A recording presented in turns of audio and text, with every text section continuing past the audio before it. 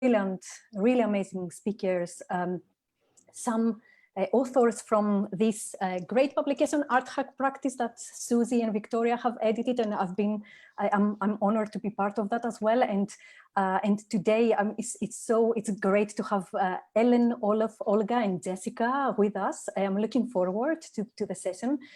This is not to say that is our last, obviously, that is the last Future Focus session. Of course, we're going to take a break and then come back with more, and hopefully we will have some of you back as well.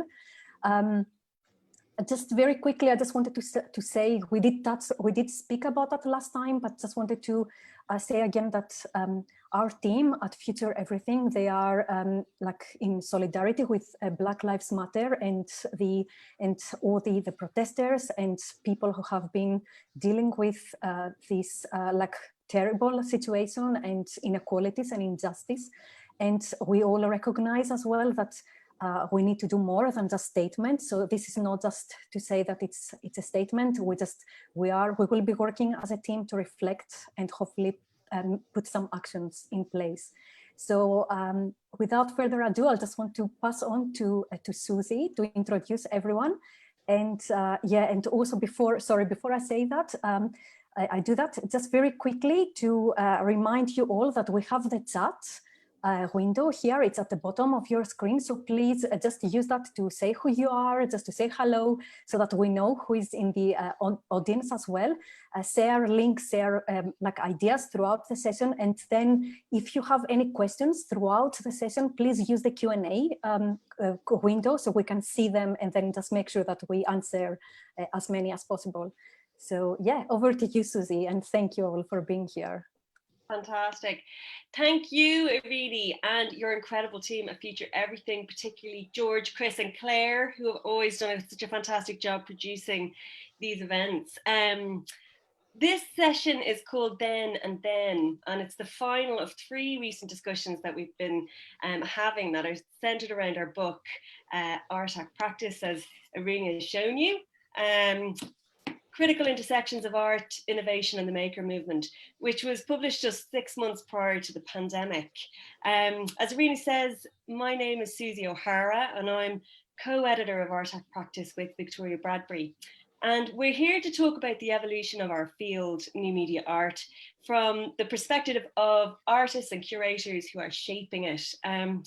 We're really delighted to welcome 3 wonderful panelists for this session: Olga Mink, Olaf Mate, and Ellen Perlman, and our respondent Jessica Thompson. And they're all here to talk about their research in relation to where we see things moving forward in the future. Our first discussion, Where Do We Work, was a direct response to the fact that many of us suddenly found ourselves working from home. And we began to shift our thinking about this book from a compilation of practices emerging at the periphery of technological advancement to viewing it as an important resource, really, that could potentially help us navigate the reality of where we are now and help us envision our post-pandemic future. What emerged from our discussions was a hint of what is or should be important in these times, such as how we as artists and curators can continue to foster random but future fruitful connections between people who've yet to connect, how we can encourage useful interruption in a highly mediated domain, and how we can continue to catalyse the generosity of spirit that flows within communities in the online space. We began to consider how the pandemic has highlighted the significant gap between the digital have and have-nots, and how the privilege of technological connectivity enables us to rethink artworks by pushing new or existing projects in alternative ways to engage even more diverse audiences. Our second session, At Home in the Network, explored our newfound familiarity within the online and network space and responded to the international outrage to the murder of George Floyd. We recognise that the issues and the circumstances that we're facing in this moment are truly global, while at the same time highly local and personal. We considered the application and abilities of democratic technological tools such as the wiki as a platform for art in the context of social change, and the ways in which community building and collaboration can crowdsource a speculative and collective future. We talked about social justice, systemic racism and violence. We talked about how we could utilize absurdity as a catalyst for creativity and a source for passion, and how through critical art making, we can start to find a language to help articulate those horrors that have no words. We discussed how we can learn from art history to think beyond neoliberalism and help build alternatives to capitalism for the 21st century, and explored ways in which critical arts practices might help destroy the hierarchical and patriarchal narratives and the proprietorial dominance and control that exists within traditional art infrastructures and industries. The future-focused discussion has enabled Victoria and I to cast the geographic net as wide as possible and bring our globally distributed and growing ARTAC practice community together to share diverse perspectives of the current pandemic and global protests, and discuss how they affect practices that the authors have outlined in their practice. Victoria, over to you. Thanks, Susie. I want to say a hello to everyone who is joining us today, and especially those who have been with us through the whole series. Thank you so much to the audience. So today's provocation is Then and Then, and it's intended to help us think through where we were as practitioners in our pre-pandemic past, and the second then is about our future unknown.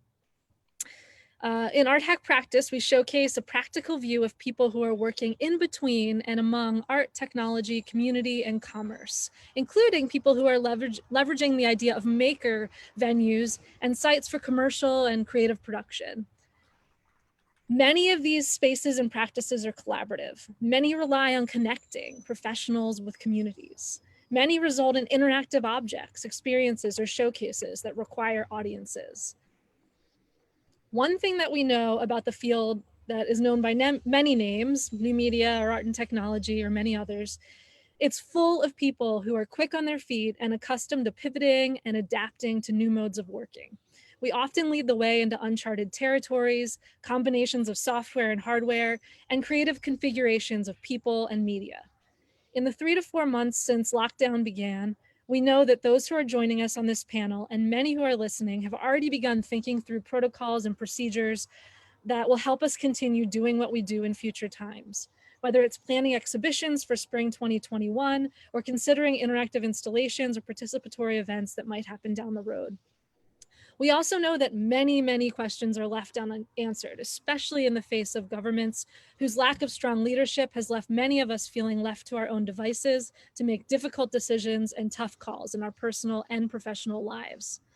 I recently saw a meme on social media that stated that the US is going to treat coronavirus like we treat gun violence, a necessary evil that may kill a lot of people, but that we're just going to have to learn to live with because there's purportedly nothing that we can do about it. While countries such as South Korea and France have been able to move forward and open up their economies in responsible ways. One thing I wonder personally is whether people living in the US will be able to travel outside of our borders anytime in this future then that we're here to talk about. At the same time, questions of racial injustice and calls to defund the police have been sounding loudly across the globe in response to the killings of Rayshard Brooks, George Floyd, Ahmaud Arbery, Breonna Taylor, and many other Black and brown people at the hands of police. Today, we are asking, how will we be living and working in the then? What modes of working from our past will carry forward and allow us to not only thrive as new media makers and thinkers, but also grow by continuing to bring new and emerging voices to the table? And this is a question that I have about this future time. How can we network how can we bring new voices to the table when networking seems almost impossible? And how could our field, which specializes in creative technology and participation and change, be leading the way in these areas and in many other areas in terms of finding, developing, and testing creative ways to move forward into this then? I am pleased to announce our first speaker, Olga Mink, Director of Baltan Laboratories, which since 2008 has initiated experimentation on the crossroads of art, design, science, and technology, evoking inquisitive ideas and insights by bridging gaps between disciplines. In Olga's Art Hack Practice chapter, she emphasizes the strength of Baltan through its strategic positioning amongst local and international networks to foster art and technology collaborations.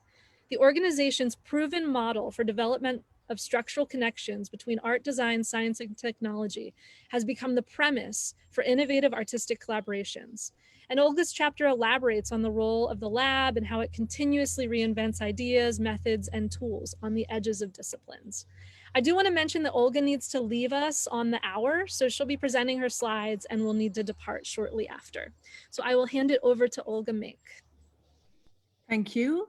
I'm going to share the screen while hoping that works. Yes, okay. Well, thank you so much for inviting me, Susie, Irina, Victoria. It's great to be part of this. And so I have some 3 slides for you to present, which I have to get through 1 minute by slide, I was told. So basically the first slide, which I would like to discuss, is actually how we as a lab try to connect and bridge different disciplines, different artists together, and how and which in the current pandemic actually perhaps might fuel a new roadmap to find a way out of this, or maybe live with this. So with bridging people, organizations, and ideas, we connect ideas also with societal challenges, and we see the artist as a fundamental researcher and try to embody their perspective and their way to develop these novel points of view. And basically, we think that the creative practitioners can actually guide us towards a new way of dealing, of embodying, and working, collaborating. And so basically, we kind of are looking for a way where we can have a more holistic approach, perhaps a post-disciplinary approach, so we can be future-proof, and where we can actually find ways that are that we can tackle the unexpected in a way. That's and how I see also how the pandemic comes into play, and where the role of art and design could actually become a linchpin, perhaps. So my second slide. Yeah, okay, cool. So which is actually about how, or where the question whether the pandemic is creating a tipping point for change, and whether this creates a moment for us to reflect and to step back and to look at our society and our infrastructures and the way we are dealing with that. And one of our programs, Economia, actually deals with these questions as well, which is currently what we are launching tomorrow, the first online event, which also reflects a lot about about the pandemic and the post-pandemic reality as such. And what we kind of also question is that we should look at value in a new way. What is value? What do we actually find valuable?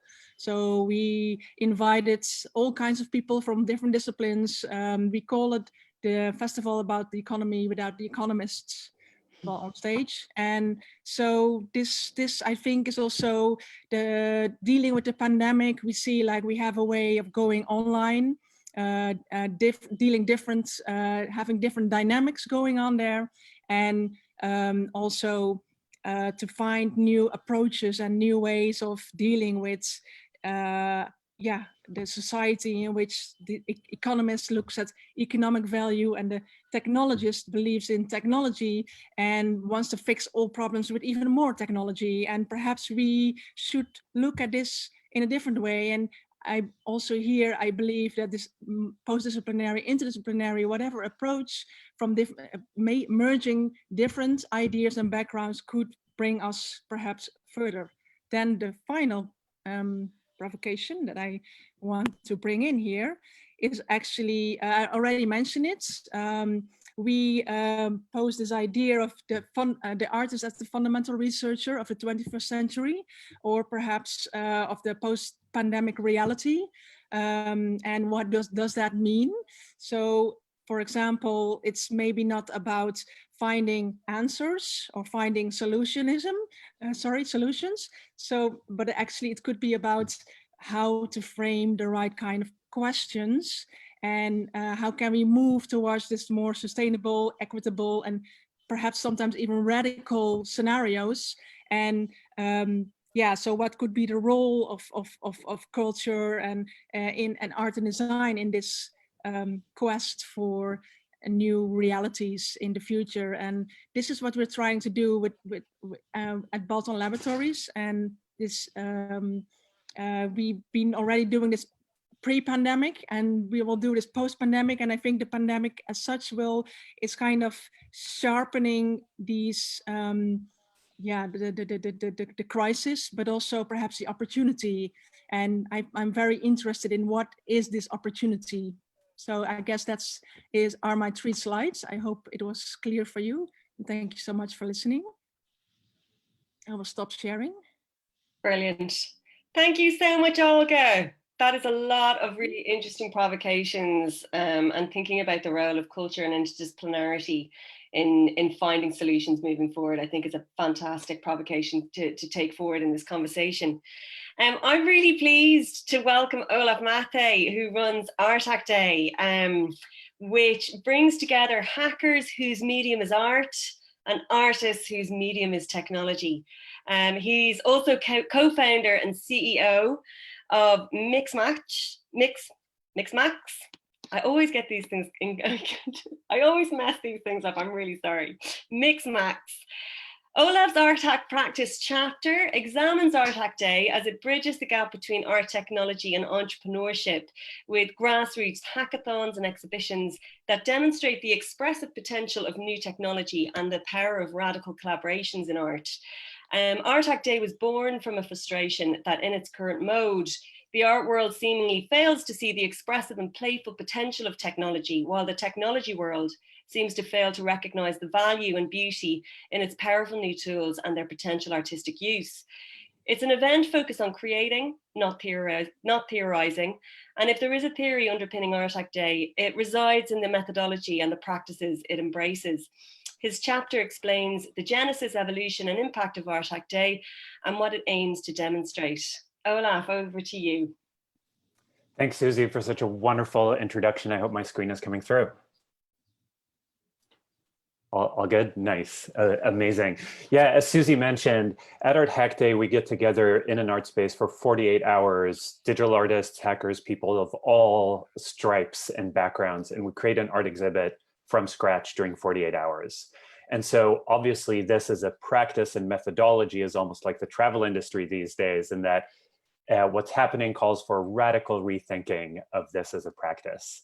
And so in talking about that, I wanted to repurpose actually a meme from Anthony Antonellis about internet art, or even post-internet art, new media art, whatever you want to call it. And that is the following: internet art versus internet art in a gallery.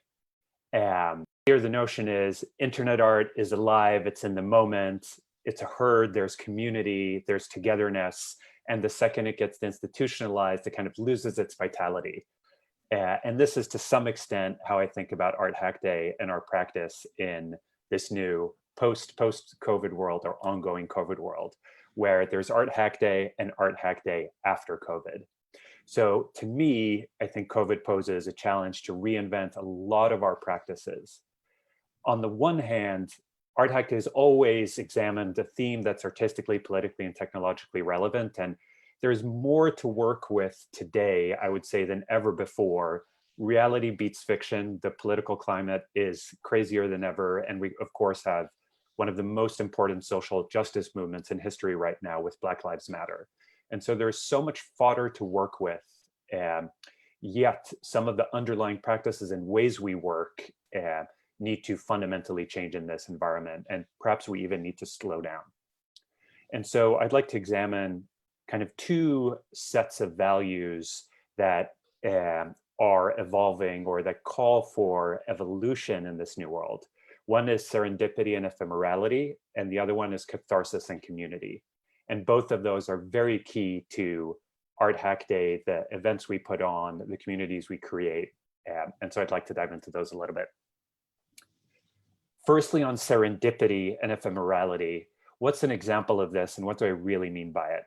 Well, I'll dive in by showing a work here from an Art Hack Day this work got created in 48 hours by a group of people who had never met before. It was a site-specific work and it was ephemeral.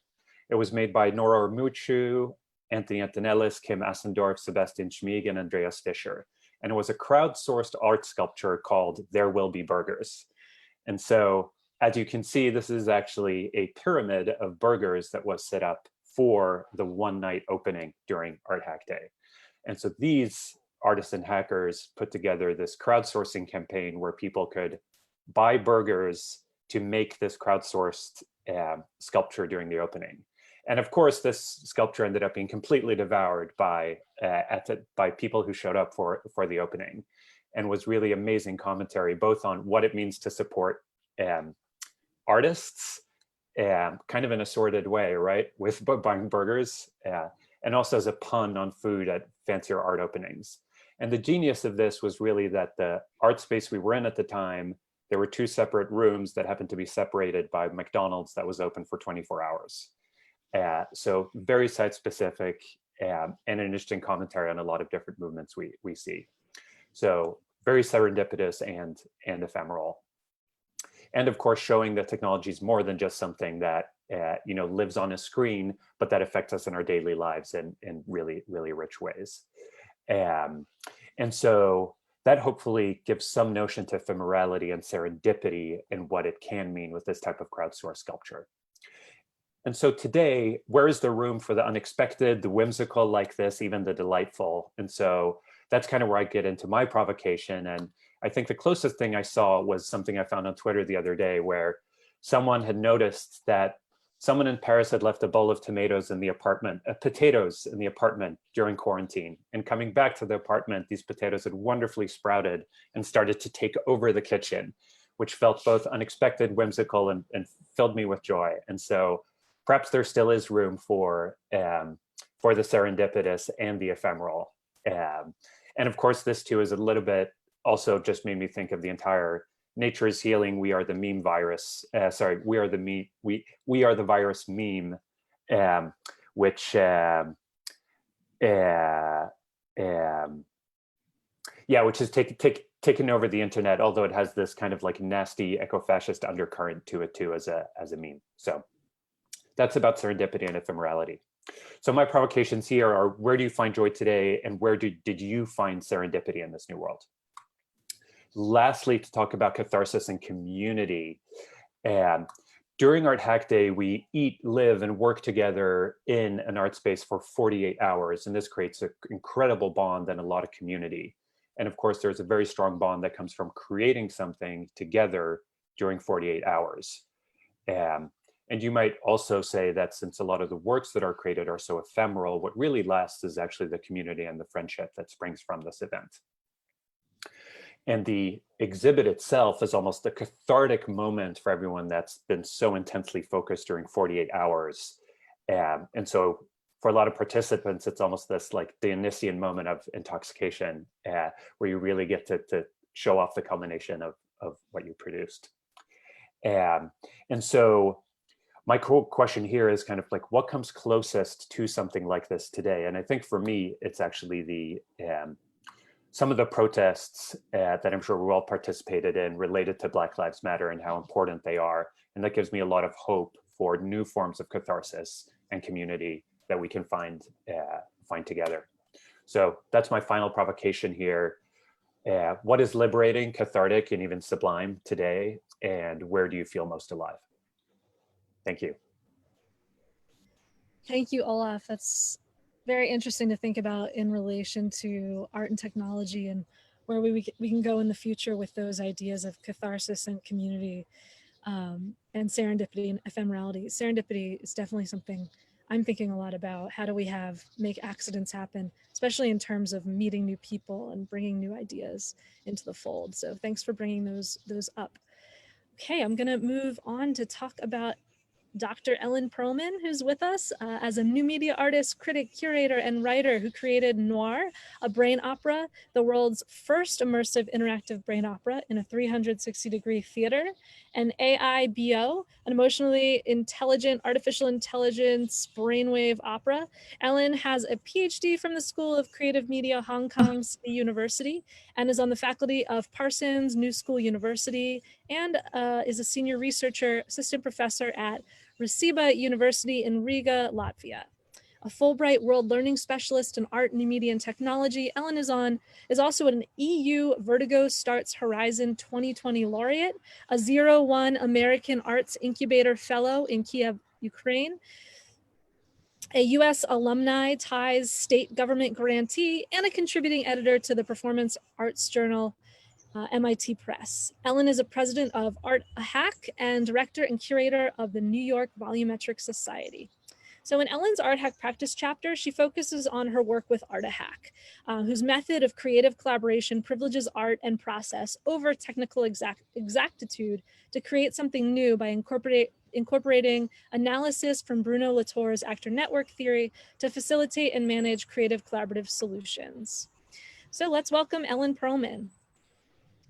Hi, and thanks to everyone for putting this together. I'm going to jump right into it. Artahack is something that has been going on now for close to 6 or 7 years, in which we bring artists, technologists, and others to make something new. I've created a methodology out of this, which I write about in the book. And instead of showing slides, I want to show you something that happened last month that I did with 20 artists in Ukraine virtually. And this answers one of the questions about people with disabilities in the chat, by the way. And this is how we worked with a 7-hour time difference and 2 languages that we had to navigate, Ukrainian and English. And this is our in process, not our final production, but our in process work. So this is about 2 minutes and some seconds, this video.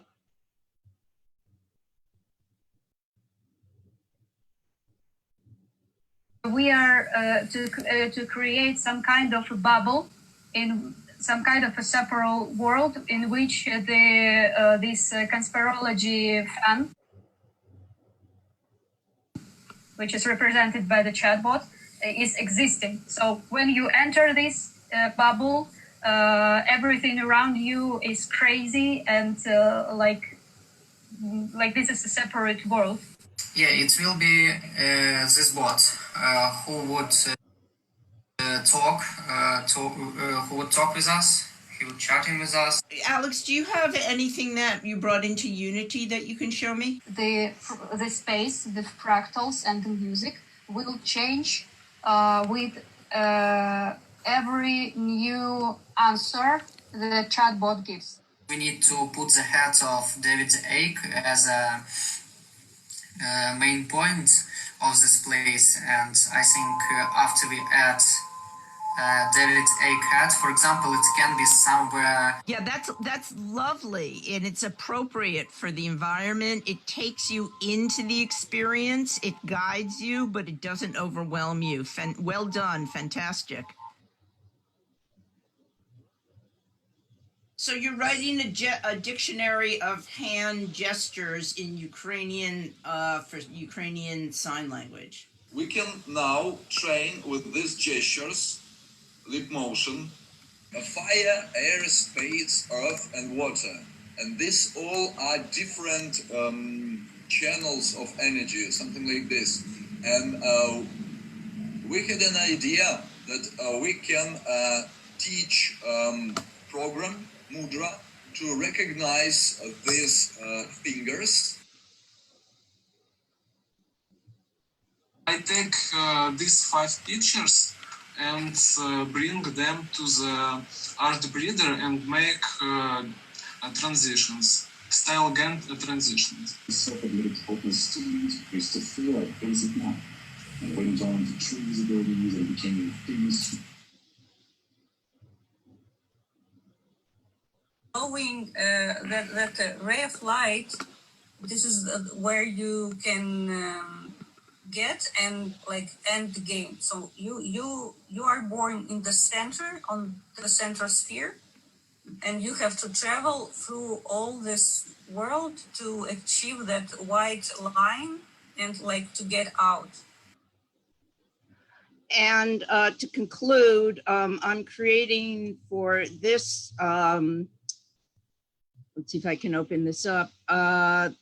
This summer, actually in a week and a half, a new Artahack, which is going to take place, special edition COVID-19 Dance-demic with the Battery Dance Festival, Emotibit, Electron in Estonia, and the US State Department Alumni Ties World Learning, working with two dancers. There's one of them, Hussein, up on a rooftop in Tribeca, and another dancer, and we will be strapping on Emotibits to them with biometric data, and we will be working completely over the network. And you can apply now. Anyone who's watching this, you can go to Artahack Summer 220, call and apply. It's still open. Thank you. That's my presentation. That's brilliant. Thanks so much, Ellen. That's really, really interesting. Finally, to Jessica. Today's I'll just start that again. Today's respondent, Jessica Thompson, is a media artist working in sound, performance, and mobile technologies. Her current research investigates the way that urban sound reveals spatial and social conditions within cities. Her current research investigates the ways that urban, and oh my God, I'm really sorry, Jessica, I can do this better. Okay. She explores the creative use of urban data and the ways in which it can generate new modes of placemaking and citizen engagement. She's received grants from the Ontario Arts Council, Toronto Arts Council, and the Social Sciences and Humanities Research Council. She's also assistant professor in hybrid practices at the University of Waterloo and teaches in the Department of Fine Art and the Stratford School of Interactive Design and Business. Thank you. Thank you so much for having me, and thank you everyone for your wonderful presentations and for sharing the chapters of the book with me. Can everyone hear and see me okay? Yes, thumbs up, okay, great. Welcome to also our guests. Thank you so much for coming as well. My responses today reflect both my work as an artist working with technology, as a faculty member in a program where we train students to develop innovative design solutions for industry, that's up at the University of Waterloo, and as a biracial Black person whose ancestors escaped slavery to Canada during and after the Civil War. So I'm delighted that in this series, you've engaged in conversations around race, and I hope that we can continue that conversation. My overarching thoughts that kind of informed my response here is, in terms of being able to connect together with this new situation, I'm confident that we will be able to figure out the infrastructure. I think we'll figure out ways of presenting events together, of connecting over networks, etc. But what I'm wondering is if we are able to actually think about how we can use this opportunity to kind of rip some things up and start again. So because we have a tendency to invent new structures that reflect older structures or sort of replicate older structures because that feels more comfy, what I'm wondering is if we are able to integrate disruptions for these structures to truly evolve. So in other words, how might we start again? What systems and processes do we need? What can we leave behind? And most importantly, what forms of democracy need to be in place in order to create truly democratic processes? I know Olga wasn't able to stay with us today, but I was looking when I was reading her work, and I wanted to bring forward one of the questions I had for her, one of her provocations. She said in her presentation, to tackle global challenges, we need to develop a more holistic and post-disciplinary approach to generate new ideas and knowledge. And in her chapter, she talks about their wonderful 100 Days of Learning, which brought artists from Africa, Latin America, and Asia to Eindhoven to connect with Dutch creatives and companies. So what I was wondering about is how might we draw from collective wisdom and learning as outcome in order to inform other contexts, particularly when we have opportunities to partner with industry. So what strikes me most about 100 Days of Learning is that learning is the outcome. Learning is the result. So the metric is, are we learning? And then also what structures might need to come in play in order to ensure that we are able to overcome existing hierarchies. For Olaf, I thought what was really interesting about ARC Hack Day is that it subverts the commercially driven format of the hackathon, and it brings together a wider range of practitioners who consider themselves outside the art world, but at the same time are still what I'd say art adjacent. So you talk about inviting dancers and curators and that sort of thing. And I love the fact that you have this mode of exhibition as outcome and this bonded creative process.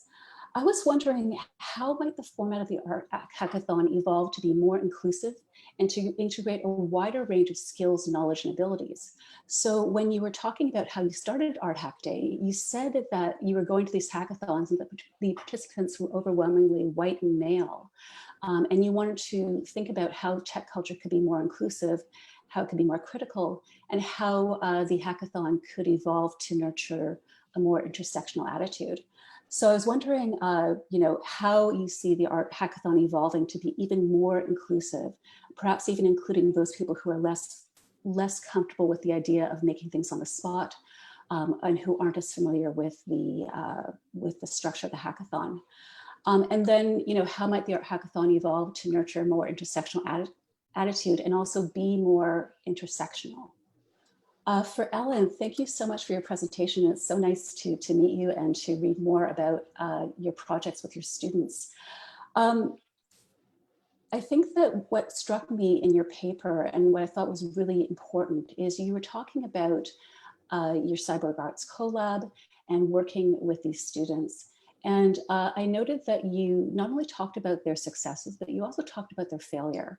And I think it's particularly important to highlight these moments of failure within our systems and to think about how might we either embrace failure, how might we reframe failure, and then how might we move on from it. So what I was wondering from you, and this is perhaps just me as an educator, is, what are some of the heuristics that need to be in place to support collaborative learning environments, particularly with younger people, where these collaborative learning environments that we want them to do, where they learn to work together and work through difficulty and work through challenge and work through difference, actually inform how they engage in the world. So my question to you was more as an educator of what sort of things need to be in place in your mind that will help us to be able to bring our students into this new environment, those of us who are teaching at institutions, those of us who are in institutions and trying to function. How can we actually really create collaborative learning environments that are flexible, open, and democratic? Thanks, everyone. Thank you, Jessica. Again, we're really pleased to have your perspective as an artist, interrogating these questions about constructing spaces in which artists can work. And as we mentioned, Olga had to leave, unfortunately, for another meeting, but I do want to just briefly comment on your question to Olga before moving it over to Olaf and then Ellen to answer your prompts for them.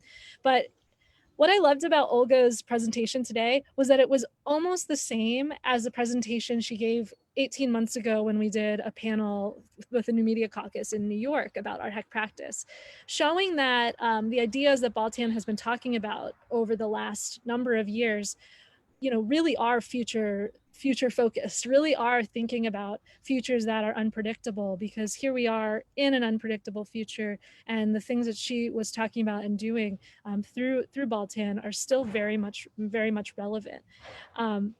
And so that idea that you talked about, Jessica, about learning being the outcome is increasingly important now.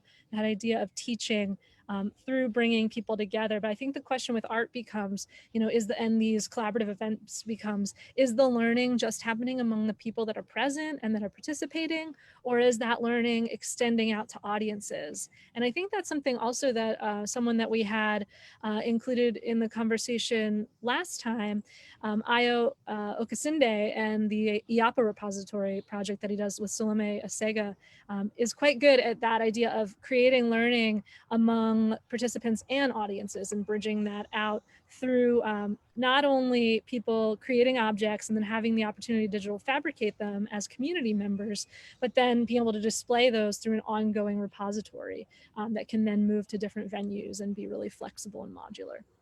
Okay, I will hand the question over to Olaf. And Jessica had talked about how can hackathons become even more inclusive? How can we widen the net and create more of an intersectional participant base? Olaf, over to you. Yeah, what a wonderful question, because it was really like one of the impetuses, impeti for creating the event overall, and in part, I guess, seeing that hackathons as a format were actually like rich sources of creativity and collaboration, and yet at the same time, a lot of disappointment in how that format was like being used. And I think even to some extent, a sense that it was the extent to which it had been heavily, I'll use the word commercialized for lack of a better term, felt a little bit like a betrayal of like the original joy of, you know, what collaborating on something together might mean, purely for the joy of collaboration. And so I think originally, and this was 10 years ago when we started this practice, what we had in mind was intersectionally, mainly from a disciplinary perspective, actually, which I'll gladly admit. And I think today we have greater awareness of what that word means and the potential in it, and the importance of it.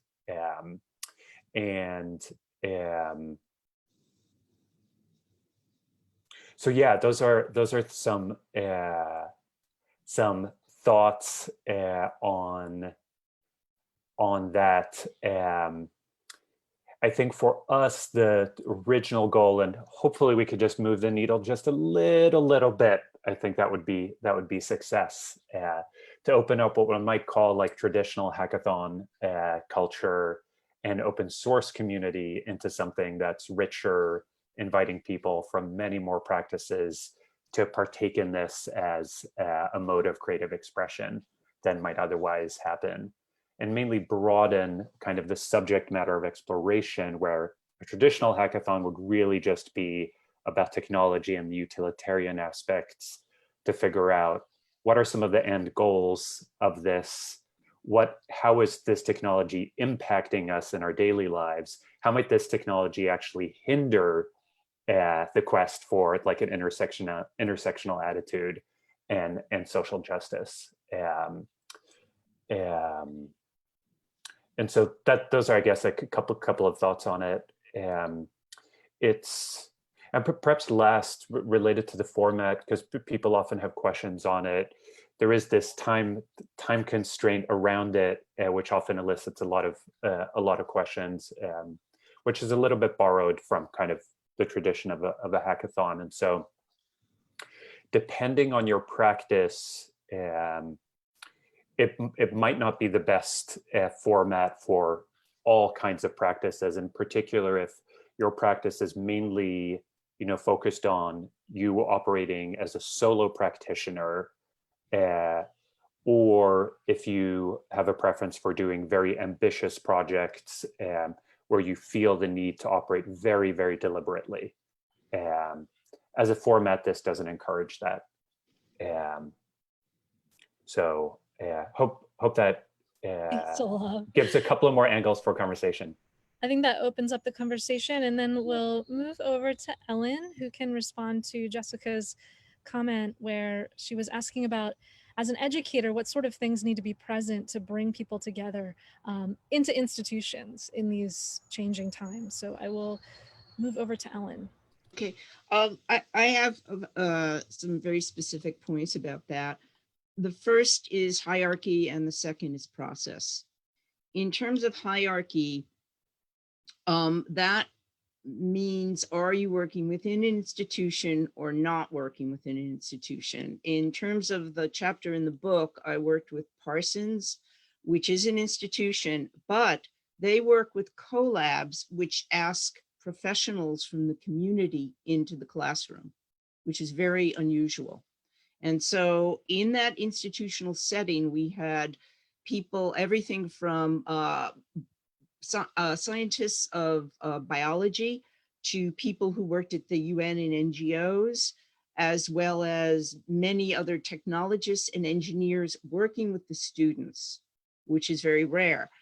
Also, the thing that I implement very clearly at the beginning of each co-working session or the introductory day is I strip away hierarchy. And how I strip away hierarchy is I make it very clear to the coders that they have no more right or brilliance than someone like a glass artist who actually was a team leader in one of our projects. Neither are the students treated like juniors, or in other words, all hierarchy is taken out, and everyone, because they put together in teams, have a say that's equal. And that really is refreshing for some and very hard for others. The second thing I want to talk about is process and the issue of success and failure. Of course, we want outcomes. We cherish outcomes, but a lot of times people aren't ready at the end of this co-working, depending on the time frame, to have a finished product. And so what we do is we have them present anyway. And as they present, we talk about, let's talk about your process. Show us what worked, what failed, why it failed, or why you think it failed, what you needed to do to get back on track and where you are now. In other words, that's part of the stripping away of hierarchy, in which all results have equal validity, not just the prize winning results. And we do not give prizes. We do not make it a competition. And we value process just as deeply as outcome. And so by working with process and hierarchy, we go after some of the very fundamental issues that are in these co-working situations. So that's my quick answer. Really great. I think that's really interesting, and I think there's a real. And Victoria and I have written a chapter in the book that explores Art Hack, more art-focused hackathon formats, as opposed to more commercially product and service focused hackathons, and it's really interesting in the way that I think culture has evolved that format in a whole variety of different ways. But I think we'll stay on the issue of hackathons and the format for hackathons, because we've got a number of questions relating to them in the Q&A. So the first question is, we've got one from Jonathan Sapsed, hi Jonathan, who says, I'm curious about the point about including people in hacks who are not comfortable with working in the immediate. How do you do that without turning the mode into something else? Can you have slow, asynchronous hacks? Which I think is a really interesting question. So I think it would be great to hear from both Olaf and Ellen, actually, from that one. Olaf, do you want to go first? Yeah, what a fun question. And this, thank you, Jonathan, for the best provocation today. This notion of whether you can do it without turning the mode into something else, and what a slow asynchronous hack is, just so rich and really worthy of exploration. There are kind of two thoughts that spring to mind. One is, I feel there's often a conflation of speed with scope when talking about this. And so if we're talking about the fact that a lot of hackathons are like somewhat time constrained as a format, that doesn't necessarily mean you need to work incredibly fast.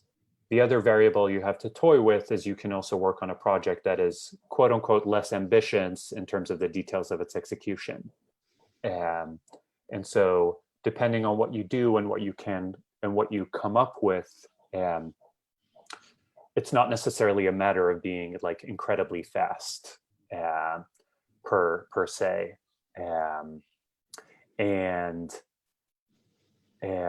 God, there was something else I wanted to add to that. Yeah, I'd love to interrogate the notion here of what we really mean by working in the immediate. I'm curious how other folks interpret that.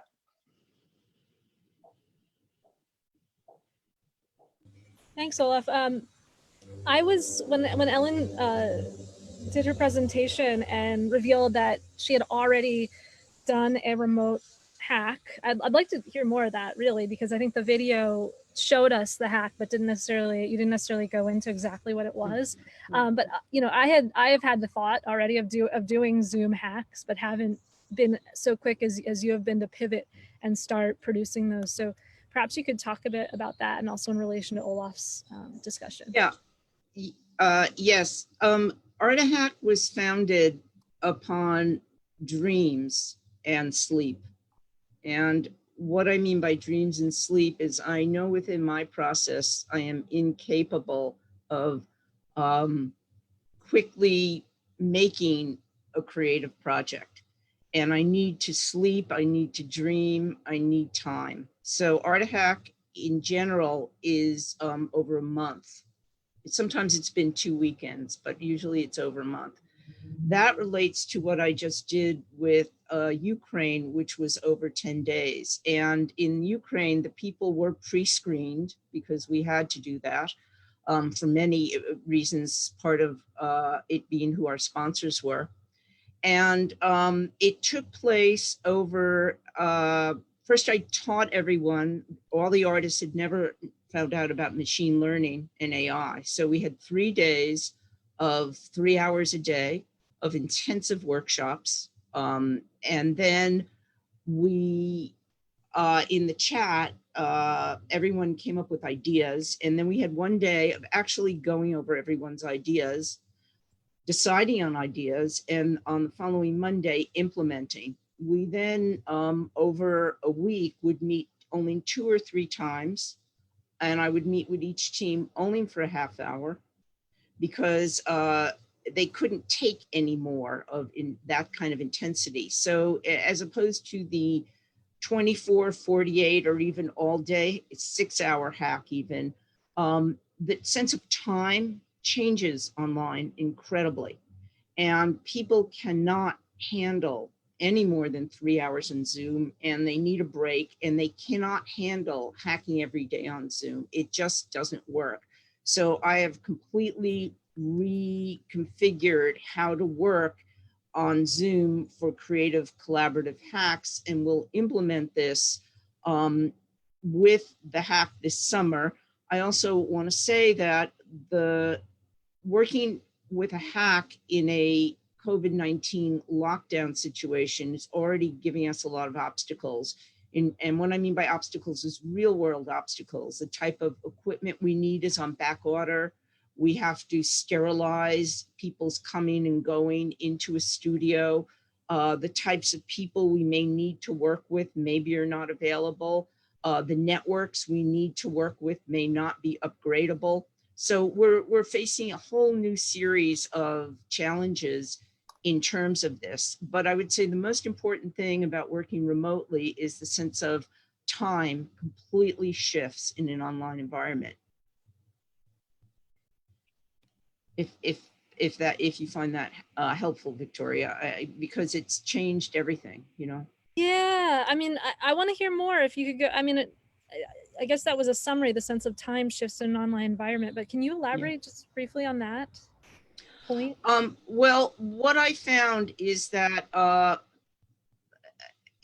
people need, you know, in a hack, what happens is you talk to people and they go off in a corner and they code and then they come back.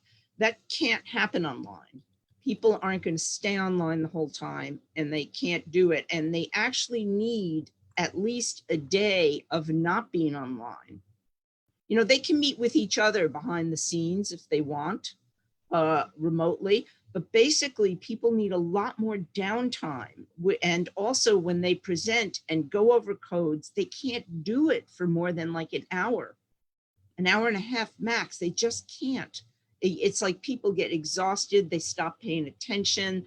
They get hungry. They don't want to do it anymore. So that sense of time completely changes.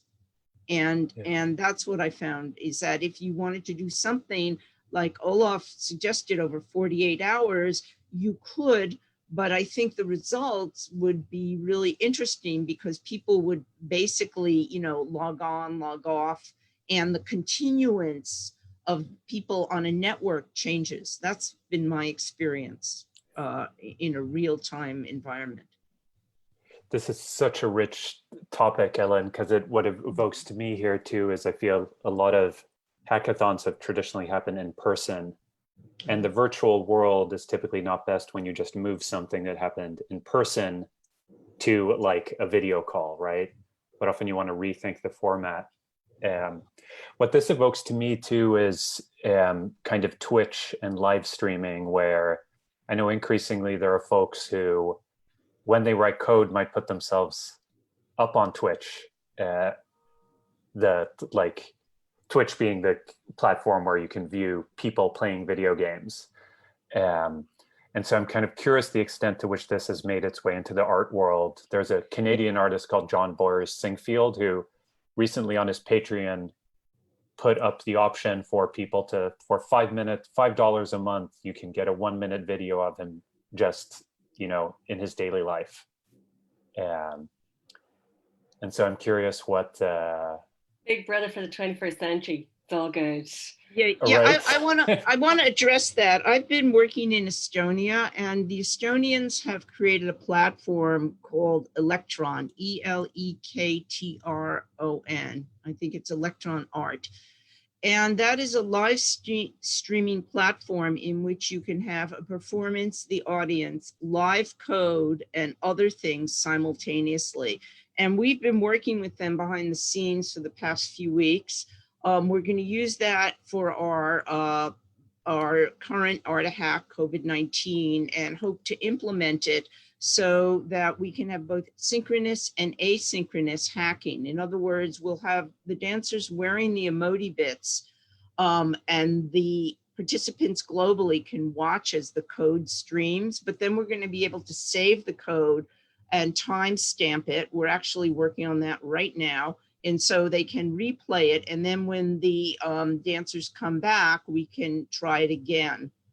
This, as far as I know, this has not been done before. So there's going to be a lot of technical obstacles to overcome. We're also coding the emoji bits behind the scene to be able to work with OSC and TCP IP over the network, so we can make it very specific to the emoji bit to use the technologies that we will implement in the Electron interface. On Electron's homepage, you can see their Spooky at a Distance collaborations, and that's the platform that they're implementing.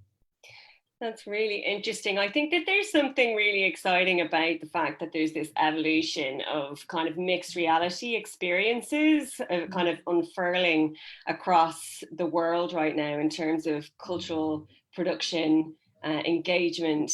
And I'm really interested in drawing in Jessica into this kind of, into these provocations that we're currently discussing, and also kind of talking about maybe the ways in which you as an educator have been kind of, I don't know, capitalizing, dealing with the opportunities and challenges that obviously the COVID has brought into, you know, the kind of art education space. It would be really interesting to kind of hear some of your thoughts too. Right. We were a little bit luckier in Canada when COVID struck. When it struck here in Ontario, and our schools decided to, I think within 3 days, every university in Ontario basically said, okay, we are all going remote. We were 2 weeks left of the semester.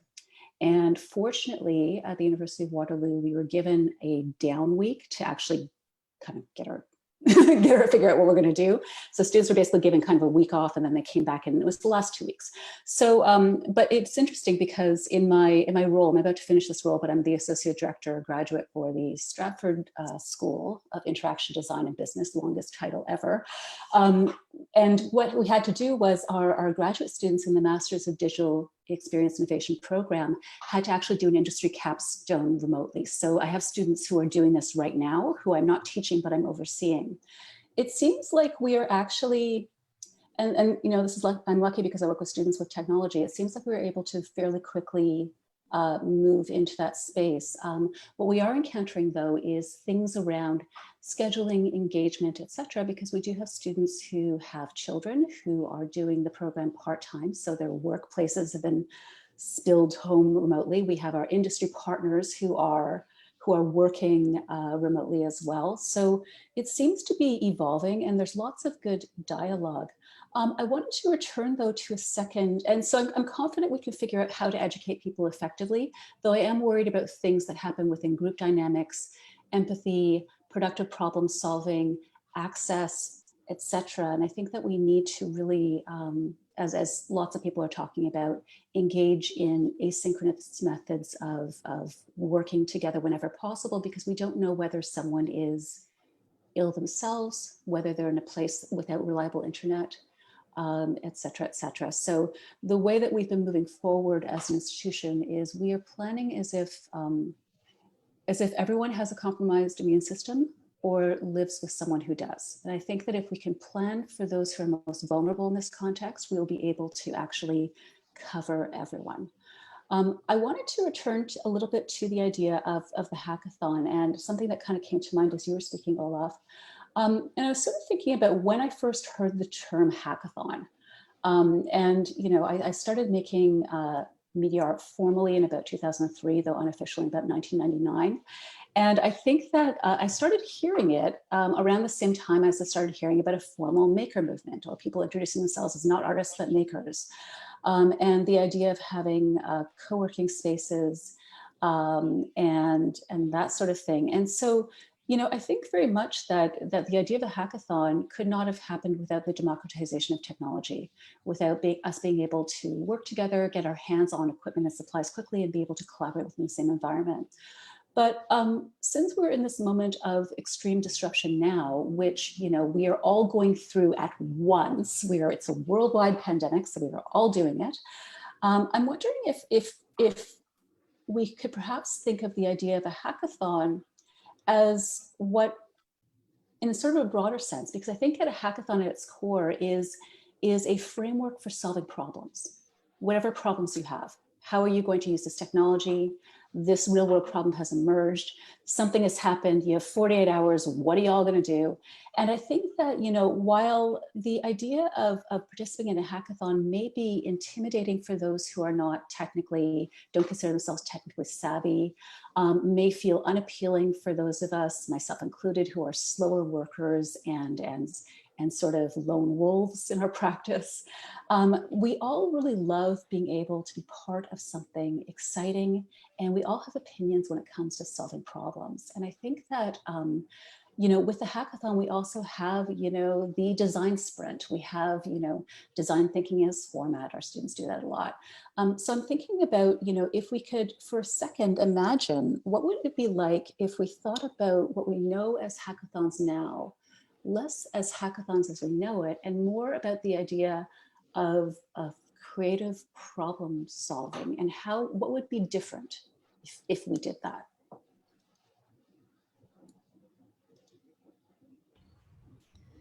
Thanks, Jessica, for opening that up. Olaf, you want to go ahead? Oh, no, I was just going to say thank you for that. I think this is fascinating, and it ties back to, I forget who asked the question here, sorry, around what would a slow asynchronous hackathon mean and look like. And I'm imagining it here being very deliberate and thoughtful. And I love this notion of making sure really that it can be truly asynchronous, because you don't know the context in which, you know, the people you're working with are operating in.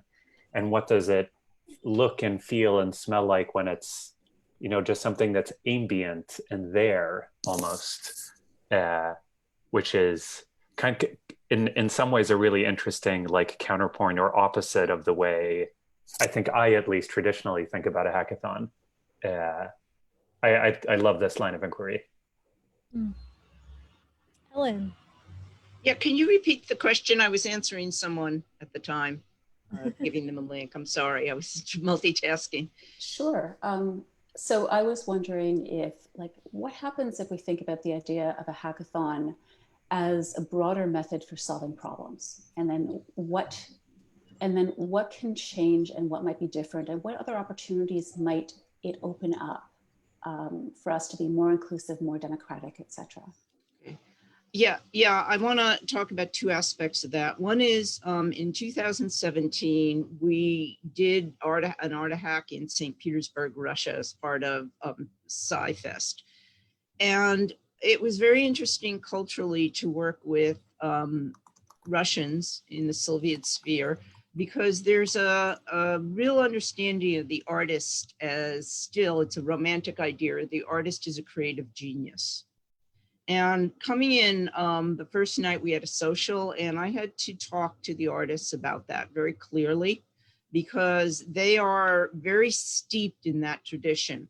And so during the creative collaborations, I'll call it, which we only had 2 weekends for those, there was an enormous amount of emotional breakdowns over the process. I mean, weeping, screaming, storming out. I mean, they really got pushed to the edge.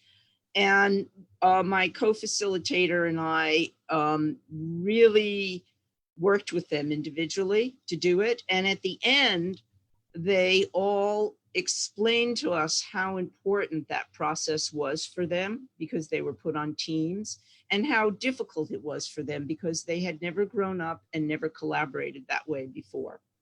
So, you know, it's a very cultural specific North American or North American / European industrialized first world nation kind of idea. I'm sure in other cultures, there's other ideas about community and who has say in community. I'm not able to speak about that.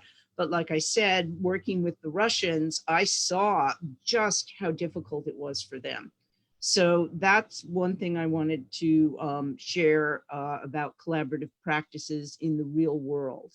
And it's 3 years later, and I'm still in touch with many of the people from that collaboration, because it was such a breakthrough. And I want to just say at the end of it, one of them created a paper mache rooster head and made a ceremony and said, I now award you to my co-collaborator and I now award you honorary inclusion in the Order of the Firecracker. I guess they give a lot of medals and stuff. So they came and they pinned the medal. You know, it was a big deal.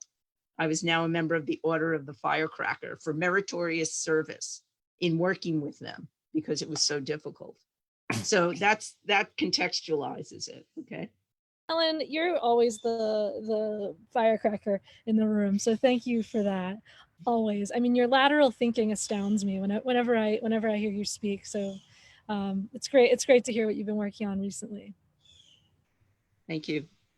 You know, it's very important. We think, you know, what I like about the book is that you have perspectives from Africa, from Hong Kong, you know, from all over the world, because these practices mean different things to different people in different parts of the world. And, you know, it's very important for us to adapt as we enter these global platforms online to include and understand, which a lot of times we don't understand, different cultural perspectives on both the idea of the artist, the technologist, and collaborations and hierarchy. And what's correct and what's allowed and what's socially, you know, respected in certain cultures. You know, that's a big learning curve for all of us, I think. I think that's a really, really good point. And it's something that I think Olaf touched on earlier in terms of Art-A-Hack Day really starting to become much more self-aware of the potential of the word inclusion. And I think that was a really valid point that can kind of ricochet out and has been ricocheting, I think, across the world in terms of people becoming much more kind of self-aware and critical about the ways in which their organizations are thinking about these things and are embedding ideas around diversity and inclusion within their kind of processes, essentially, and the way in which they work. I also think it's really, really interesting in terms of this notion of the hackathon as a word. I think it's a really interesting word that's been kind of evolving as the language, I think, of art and technology and making has been evolving. I think the kind of understanding of the word hackathon has been really interesting. And the fact that there's been so many applications of that method in different contexts for different aims with different motivations, different kinds of outcomes. You know, I think there's lots of limitations to it. But I think in terms of what Olaf was saying, just like recognizing it for what it is, which is a model, a mode, I think that has value in some ways for some people, I think is a really valid point. I think we're rounding up. I know that I don't want to stop this conversation because it's so interesting, but unfortunately, I do think that we're going to have to say thank you to each and every one of our participants of this session. So Ellen, Perlman, thank you so much for zooming in from New York. Olaf, Mate, I don't know where you're zooming in from. That's terrible. California, San Francisco. California. We had Olga Mink zooming in from Eindhoven in the Netherlands. We have Jessica Thompson zooming in, and I can't remember where you said you were zooming in from either. Hamilton. You can say Toronto, it's fine, it's close enough. We have Irini, Claire, George, Chris from Manchester, Victoria from North Carolina, Asheville, and myself from Newcastle. Just thank you all so much for your fantastic insights and your energy. I've had a great time. Cheers. Thank you, everybody. Bye. Thank you. A big thank you Wonderful conversation. from us. Yeah, thank you so much from Future Everything as well. It's been wonderful to have you all here. Amazing presentations and provocations, and so much food for thought and so relevant to the work that so many organizations and practitioners have been doing, and this idea of like asynchronicity and reconsidering the ways of working and how we work, and it's just so relevant and so brilliant. So thank you all for being here. I just wanted to say very briefly that these sessions have been live streamed, so everybody can find them on Facebook afterwards, and the previous two. I'm so grateful to Susie, of course, and Victoria for for all this time, for having worked together and planning these brilliant discussions, and hopefully we'll come back with more from after the summer. But yeah, a big thank you, and thank you so much to all our attendees and participants. We have a lot of a big international audience as well, people from everywhere, so it's brilliant. Thank you. Okay, bye-bye. Great to see y'all. Thanks. Thank you. Bye. Bye.